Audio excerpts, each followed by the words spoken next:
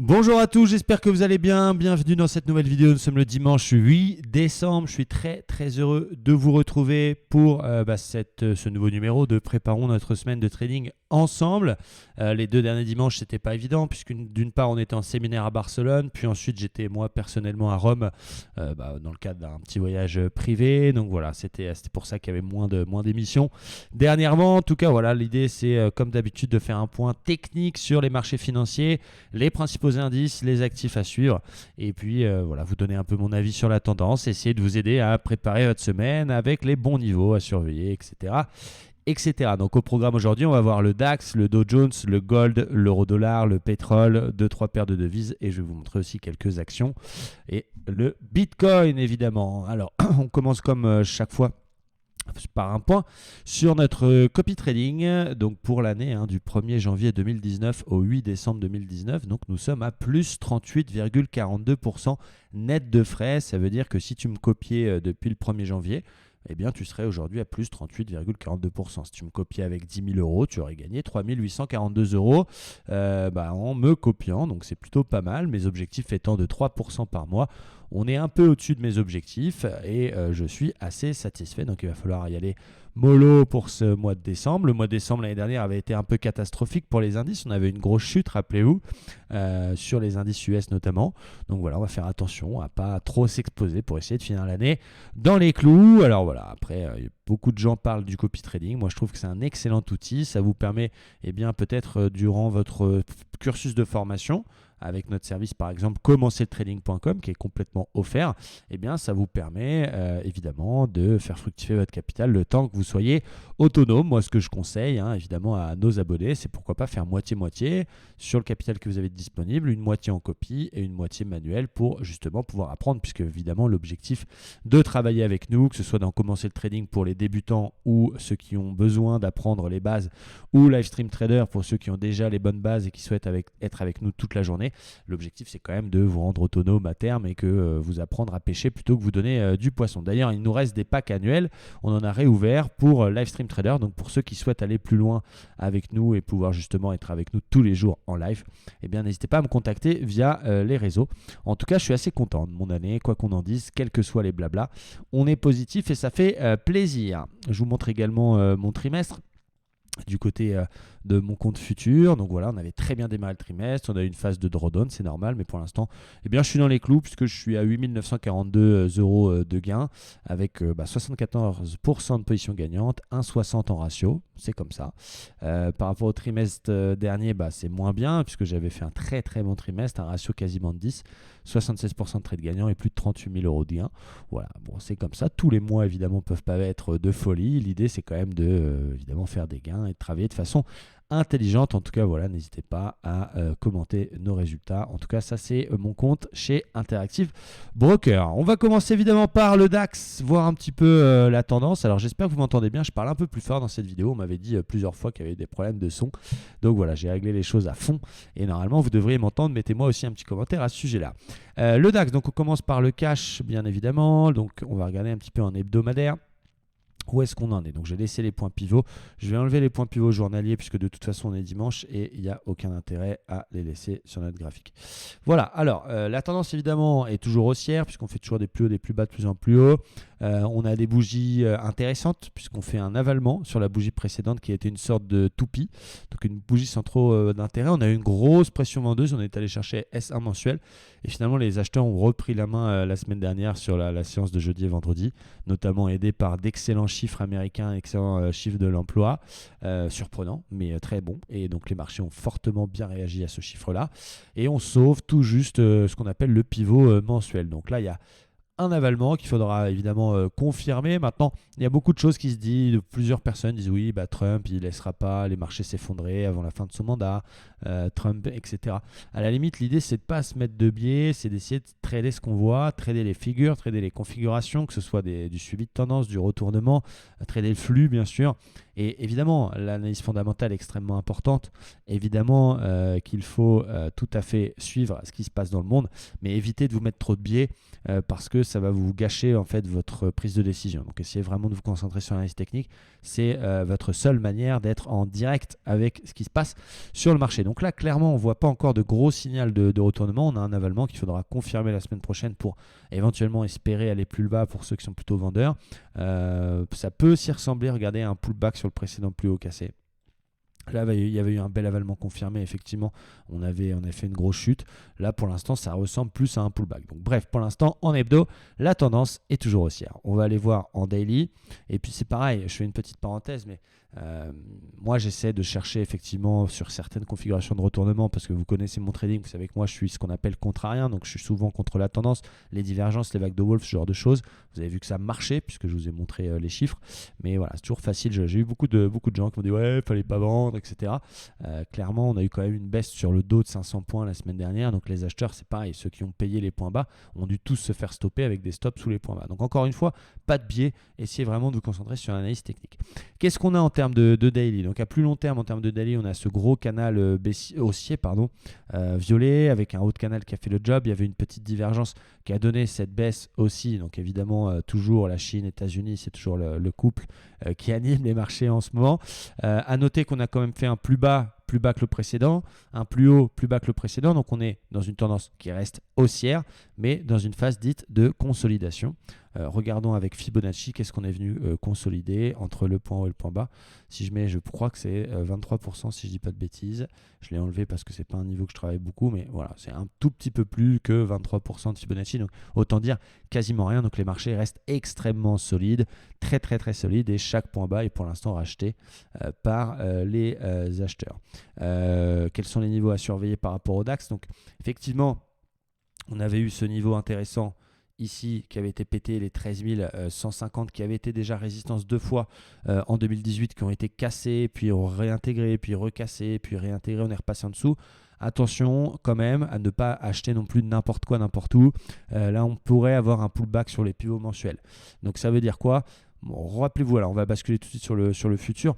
Rappelez-vous, donc on a toujours une divergence en cours, même si elle est consommée et qu'on est venu repasser les 50. Rappelez-vous du range qui n'est pas évident à tracer parce qu'il a été lui aussi faussement cassé.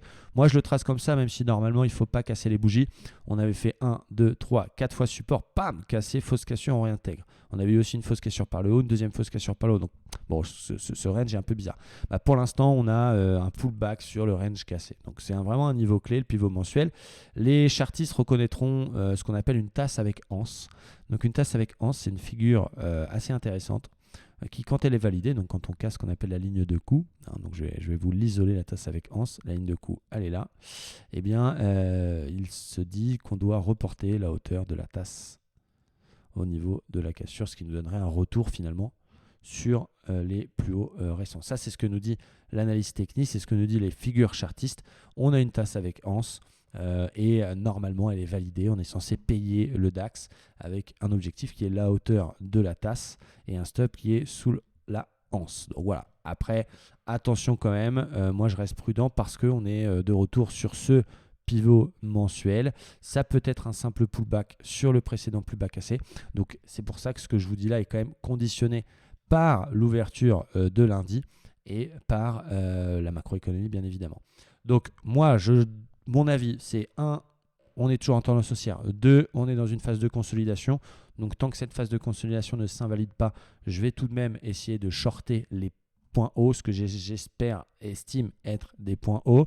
Donc, je vais attendre des rebonds techniques et sur des figures type divergence, 15 minutes, ce genre de choses, essayer de prendre des mouvements de baisse. On invalidera la consolidation à partir du moment où on fait un nouveau plus haut. Donc, à partir du moment où on casse ce niveau-là, 13 304. Donc, moi, la tasse avec anse, je ne vais pas la travailler, même si je connais et j'ai confiance en cette figure-là.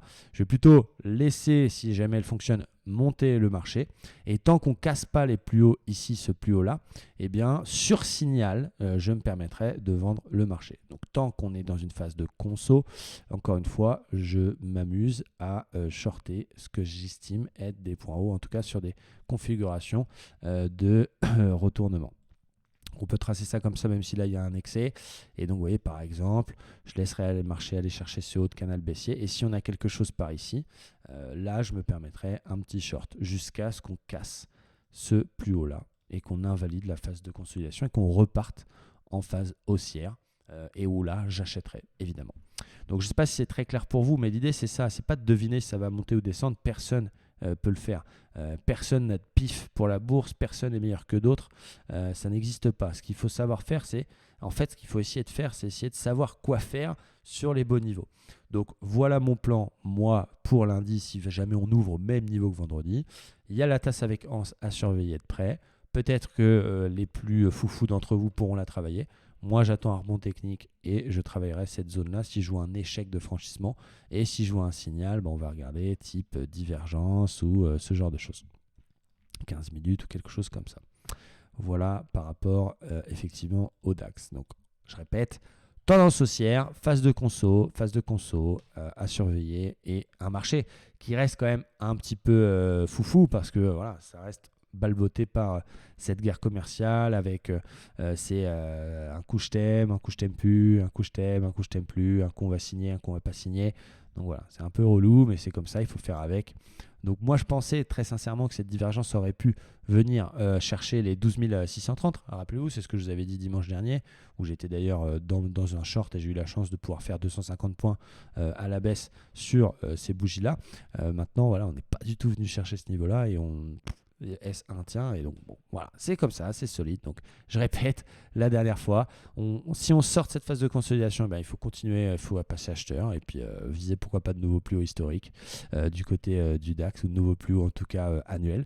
Et si jamais demain vous voyez que la tasse avec anse se met en place mais qu'on fait un échec dans cette zone là avec type un avalement, une petite divergence ou un truc comme ça, et bien là pourquoi pas essayer de tenter ce qu'on appelle un reverse pour aller chercher une consolidation plus importante.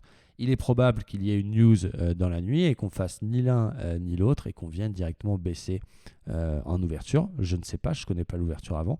Bien évidemment, ce sera la cassure du précédent plus bas et de ce beau W ici qui pourrait effectivement déclencher un retour sur S1 mensuel et puis pourquoi pas un renfort sur cassure du plus bas. Donc je surveille aussi la zone 13 060 qui a l'air d'être un niveau quand même relativement important. Vous voyez, on est venu une première fois mi-novembre, on est revenu 2 fois taper ce niveau-là. Donc voilà, ça aussi, si jamais par exemple on ne fait pas du tout le nœud, c'est que ça corrige dès l'open et qu'on pète ce niveau-là, eh bien j'irai chercher les 12 950 dans un premier temps. Et si on pète les 12 950, là je renforcerai ma vente pour aller chercher justement cette borne 12 600. Donc voilà, pas de biais, essayons de travailler les niveaux ensemble. On va regarder du côté du Dow Jones maintenant, voir un petit peu ce qui se passe là aussi en hebdomadaire. Alors je vais supprimer tous mes tracés, ça va être plus facile pour vous. Donc on a là, c'est toujours extrêmement haussier, bien sûr. On a très belle bougie avec une grosse pression. Il a été chercher 27 320. Donc il est allé se réappuyer sur son précédent plus haut cassé, faire ce qu'on appelle un throwback. Et finalement, les acheteurs, ils ont repris la main tranquillement. Donc extrêmement solide, encore une fois, ce Dow Jones, sans aucun signal de retournement. Donc j'ai eu de la chance parce que effectivement la divergence, ça fait que j'étais dedans. Et du coup, moi, j'ai coupé sur 370 mes shorts que j'avais initiés par ici. Donc j'ai eu un petit peu de chance. D'ailleurs, ceux qui nous copient peuvent le constater. On doit voir encore la vente. D'ailleurs, on va regarder pour vous dire que ce n'est pas des conneries, c'est ce que je raconte. Vous voyez, on voit ici, j'ai pris donc 685 $ sur le DAX. Donc ça fait 200 points. Et sur le Dow, j'ai pris 400 points. Donc c'était plutôt pas mal. Maintenant, je n'ai pas eu les coronesses de passer acheteur sur ce niveau-là. Là, bon, on est redéfoncé le pivot mensuel. C'est pas évident, on va se concentrer sur le futur. Donc j'ai mis le YMXXXXX qui nous permet d'avoir le futur en daily. Est-ce qu'on a un signal de retournement? Est-ce qu'on a quelque chose qui nous dit attention, ça va baisser? Je ne crois pas. On n'a pas du tout de signal sur cette zone. On a rebondi sur un ancien niveau de résistance, 2 fois résistance, qui est devenu support. Donc ça reste très solide et très belle bougie d'ailleurs vendredi. Allons voir sur une unité de temps un petit peu plus courte ce qu'on pourrait imaginer faire. Donc, à surveiller bien sûr pour ceux qui ne sont pas dedans, à surveiller les derniers plus hauts récents sur lesquels on pourra éventuellement ici agir sur cassure bien sûr de cette zone là. Donc si on casse ce niveau là, pardon, on va faire ça comme ça, voilà. Si on casse ce niveau là, on attend un petit pullback throwback pour être exact. Et là, on peut éventuellement payer pour aller chercher R1 et pourquoi pas des plus hauts de plus en plus haut. À l'inverse, là pour l'instant, si vous n'êtes dans aucun trade, il faut rien faire puisqu'on est proche d'une résistance. On surveillera évidemment la zone ici en cas de non-franchissement et d'échec de franchissement et de comme là il y avait en 4 heures un avalement. Regardez même comme quoi c'est magique. Il y en a beaucoup qui parlent des divergences. Regardez, c'est quand même assez fou. C'est pas moi qui l'invente. Ça c'est intéressant pour vous. Ça c'est des trucs que vous pouvez faire tout seul. Voilà, très belle divergence 15 minutes qu'il y a eu juste avant la chute lundi dernier dans la zone de résistance. Ça, c'est des trucs que vous pouvez faire tout seul, c'est des trucs que vous pouvez repérer tout seul. Donc, si jamais on a la même configuration qu'on vient chercher de nouveau les 28, 180, 28, 200 et que là-dedans on fait ce genre de signal, il ne faut pas avoir peur de prendre, il faut oser tenter les choses. Vous voyez ce que je veux dire? Donc, l'idée, encore une fois, c'est d'essayer de repérer les niveaux clés sur lesquels on peut intervenir. La tendance reste toujours haussière, bien évidemment, mais on peut très bien acheter et ensuite prendre le reverse pour pouvoir justement profiter des deux. Donc mon plan pour la semaine prochaine, si évidemment encore une fois conditionné par l'open de cette nuit, ce sera de surveiller la zone 28-200 qui reste le plus haut historique. Ok. Pour l'instant, le flux est repassé aussi en 1 heure et repassé, je regarde haussier en 4 heures parce qu'on est au-dessus des moyennes mobiles. Donc voilà, c'est comme ça. Si jamais on baisse un petit peu tant qu'on pète pas le pivot mensuel, ça peut se payer. Ça veut dire que si jamais on revient là-dessus, ça peut aller très vite sur le Dow Jones et que sur ce niveau-là, justement, on a un signal de retournement. Donc là aussi, pareil, divergence haussière, avalement, ce genre de choses, ça peut aussi se payer. Donc ce que je vous invite à faire, c'est de surveiller les 28-200 et de surveiller les 27-750, 27-800 et ensuite, voilà, ne rien faire entre-temps, laisser faire les choses. Et si jamais on pète ce niveau-là, là, par contre, on a une forte probabilité d'aller chercher la zone 27-400. Donc, encore une fois, là, c'est un peu facile parce qu'on est dimanche, c'est fermé, etc. Nous, on est en direct chaque jour. On est en direct du lundi au vendredi. On a 2 émissions sur lesquelles on fait du scalping sur le dos. Et la dernière, ça a été vraiment fructueux. On a fait plus de 30 points en scalping. Et je suis assez content parce qu'on a utilisé notre détecteur de flux, les couleurs que vous voyez là. Et voilà, c'est ça l'idée, encore une fois, c'est ce que je veux vous transmettre. C'est qu'il n'y a pas de magie. On parle de chasse au stop, de je sais quoi. Non, l'idée, c'est de repérer les niveaux clés, de connaître des configurations pour se positionner, des stratégies, des méthodes, et ensuite d'appliquer les choses. Et que ce soit le Dow Jones, que ce soit le DAX, que ce soit l'euro-dollar, le gold ou peu importe, on s'en fout. Ce qui compte, c'est les niveaux et les opportunités, les ratios, etc. etc. Voilà pour le Dow Jones, bien sûr. Du côté du Nasdaq, je vous ai parlé d'une belle vague de Wolf que j'ai travaillée. Donc, le niveau d'invalidation de la vague de Wolf, c'est 8505. Donc, pour l'instant, si vous êtes dedans, comme moi, eh bien, vous êtes toujours dedans. Le point 5 est joli dans une vague de Wolf quand on casse et réintègre. Donc, c'est ce qui s'est passé. Maintenant, on a eu vraiment une micro-correction de rien du tout. Je vais tenir mon plan jusqu'au bout, par principe, parce que c'est comme ça. À partir du moment où je suis rentré, je garde. Mais là, bon, tant qu'on ne fait pas un nouveau plus haut, il n'est pas invalidé, mais ça reste quand même relativement très solide. Donc, à voir là aussi par rapport à ce qui peut se passer la semaine prochaine. Je vous tiendrai au courant. Petit point sur le gold. Alors, le gold, lui, il avait fait un très beau signal qui était très intéressant. Si on ne prend pas la bougie de vendredi, on était comme ça. Là, on avait un magnifique W, magnifique double bottom, dans une zone intéressante qui est les zones des 1455, qui a été résistance, support, support, support, support. Donc, très intéressant. Il valide son W, bim, il fait une petite bougie qui vient faire un throwback et bam, vendredi, il invalide tout le monde, évidemment. Le gold, il a réagi aux très bons chiffres de l'emploi aux États-Unis. Il a réagi également au climat, comme quoi ils allaient signer chez les États-Unis. Donc, moins de risques macroéconomiques, moins de risques géopolitiques, donc moins besoin de couverture. On a aussi également peut-être le dollar qui monte, donc qui fait que le gold baisse, puisque le gold est coté en dollars. Si on a un dollar qui est plus cher et que le gold même ne bouge pas, eh bien c'est normal que la cotation baisse. Vous prenez mon téléphone, s'il vaut 1000 $ et que demain le dollar explose, eh bien il vaudra moins de dollars. Vous avez compris l'idée. Donc voilà, là on a une double sanction pour les acheteurs sur le gold. On tient cela dit ce niveau-là. Bon, on verra un petit peu ce que ça va donner. Si vraiment vous voulez acheter du gold et que aujourd'hui vous n'êtes pas en position, qu'est-ce qu'il faut surveiller ? Bien, je vous invite à faire une résistance oblique ici en prenant la couverture les plus hauts et attendre qu'on vienne casser ce niveau-là pour envisager d'aller rechercher mon objectif qui est les 1555 qui est là. Et évidemment, si on casse les plus bas, on laisse dégueuler, on laisse aller chercher, pourquoi pas, la moyenne mobile 200 et le niveau 1400 tout rond à surveiller. Également, donc le gold, attention, qui invalide son W. Je passe rapidement mes paires de Forex, voir si j'ai quelque chose, je ne les connais pas toutes par cœur, mais voir si on a quelque chose à se mettre sous la dent que je pourrais vous expliquer. Il me semble que l'euro GBP propose une superbe configuration intéressante. Voilà. Donc l'euro GBP, l'euro qui GBP qui baisse beaucoup, soit le GBP monte, soit l'euro baisse. En tout cas, on a une belle chute qui a été initiée au mois d'août, le vendredi 9 août. Vous avez vu l'énorme baisse qu'il y a eu. Maintenant, attention, on arrive quand même sur un niveau intéressant. On est arrivé, on a fait un excès en cassant par le bas.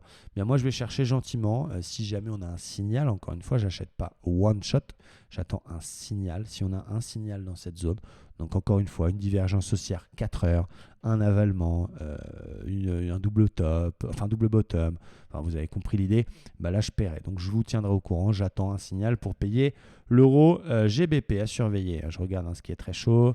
J'ai vendu, alors là vous voyez pas, euro NZD pareil, magnifique. Euro NZD, alors c'est du chartisme, donc c'est assez simple à mettre en place. C'est des choses, encore une fois, quand vous débutez, commencez par là. Commencez par le daily, commencez par le swing. Allez pas vous embrayer sur le scalping tout de suite parce que vous allez devenir complètement fou. Psychologiquement, il faut être très très fort pour scalper de façon professionnelle, régulière et pas faire d'erreur. Commencez par le swing, le forex, les actions, le daily, les figures chartistes, ce genre de choses. Là, on a un très beau canal haussier sur l'euro NZD. Qu'est-ce qu'on fait? Comment on travaille les canaux? Il y a deux types de canaux. Il y a les canaux dits baissiers et les canaux dits haussiers. Dans les canaux haussiers, on achète le bas et dans les canaux baissiers, on vend le haut. Ça ne sert à rien de travailler les deux dans les deux sens. C'est comme ça, puisque forcément, on a plus de probabilité d'acheter un truc qui monte de gagner et de vendre un truc qui baisse de gagner aussi. Vous avez compris l'idée. Donc là, clairement, on a un très, très, très, très beau canal haussier. On arrive sur le bas du canal. C'est pareil, je ne paye pas one shot. Ici, on a eu un très bel avalement confirmé qui nous avait donné notre point d'entrée sur l'euro NZD. C'était au mois de juillet. Là, c'est pareil, dans cette zone, j'attends, puisque de toute façon, le plus bas est plus haut que le précédent. J'attends un signal. Si on fait un marteau, confirmer, une étoile du matin, ce genre de choses, je paierai aussi l'euro NZD. Donc, deuxième paire à surveiller. Alors, attention à ne pas trop vous exposer non plus, à ne pas avoir que de l'euro, quelque chose dans le portefeuille. L'idée, c'est d'avoir un portefeuille Forex équilibré et de ne pas avoir trop de euros quelque chose, parce que forcément si vous êtes à l'achat sur euro GBP, euro NZD, euro dollar et euro JPY, certes si c'est bon, si l'euro remonte vous avez gagné de ouf, mais par contre si ça marche pas vous allez perdre 4 fois. Donc équilibrez bien votre portefeuille et ne multipliez pas les positions sur la même paire de devises. J'avais une autre chose à vous montrer, pareil, une autre opportunité, bizarrement qui est, alors ça Julio vous a donné pour ceux qui ont acheté le guide 100% Forex, vous étiez invité à venir dans le groupe privé dont Julio vous donnait ses trades sur le Forex. Il a payé le bas ici du range qui se voit mieux en 4 heures, petite parenthèse USD-CHF, donc là le timing c'est pas forcément le meilleur, mais regardez USD-CHF, petite divergence haussière validée, pouf, ça marche très bien. Donc ça, c'est des choses, encore une fois, que vous pouvez faire. Moi, j'ai vendu un peu à contre-marché l'USD-Yen. Pourquoi à contre-marché? Je vous explique. Le yen est la valeur de refuge par excellence. Moi, j'utilise beaucoup le yen dans mon day trading. Regardez un petit peu si les rebonds techniques sur les indices sont confirmés par une baisse du yen ou pas, pour justement essayer d'imaginer si c'est vraiment un rachat ou si c'est un rebond technique. Enfin, je vous ai déjà expliqué, il y a une vidéo sur la chaîne à ce sujet-là. Là, bizarrement, j'ai vendu l'USD-Yen parce que j'estime qu'il y a une très belle configuration. Et c'est pas trop logique parce que avec ce qui s'est passé sur les indices, avec ce qui s'est passé sur le gold, on devrait avoir un yen qui se casse la gueule, sachant que le dollar monte, on devrait avoir un USD-Yen qui explose. Si le dollar monte et que le yen baisse, le dollar US yen devrait exploser. Et non, bizarrement, on a un yen qui est solide et on a un USD-Yen qui baisse. Donc ça me laisse penser, attention, d'ailleurs on peut aller voir si on veut, on peut aller voir le site Mataf, c'est un autre outil que je vous donne, c'est complètement gratuit. Vous avez les indices de devises et vous avez l'indice de devises yen. Donc ça c'est intéressant. Encore une fois, si vous voulez avoir des outils. On a un yen qui reste extrêmement solide, qui ne s'est pas mis à se casser la gueule malgré le rebond de ouf des indices vendredi. Donc ça, attention, je ne veux pas faire le mec toujours contrariant, toujours bire ou autre, mais ça, attention quand même au trap du rebond de vendredi. Quoi qu'il en soit, j'ai vendu l'USD-Yen. Je vous en ai parlé plusieurs fois, mais ça y est, je suis rentré en position dedans. Pourquoi ? Parce qu'on a cassé le biseau ascendant, qu'on a eu la même configuration il y a quelques mois.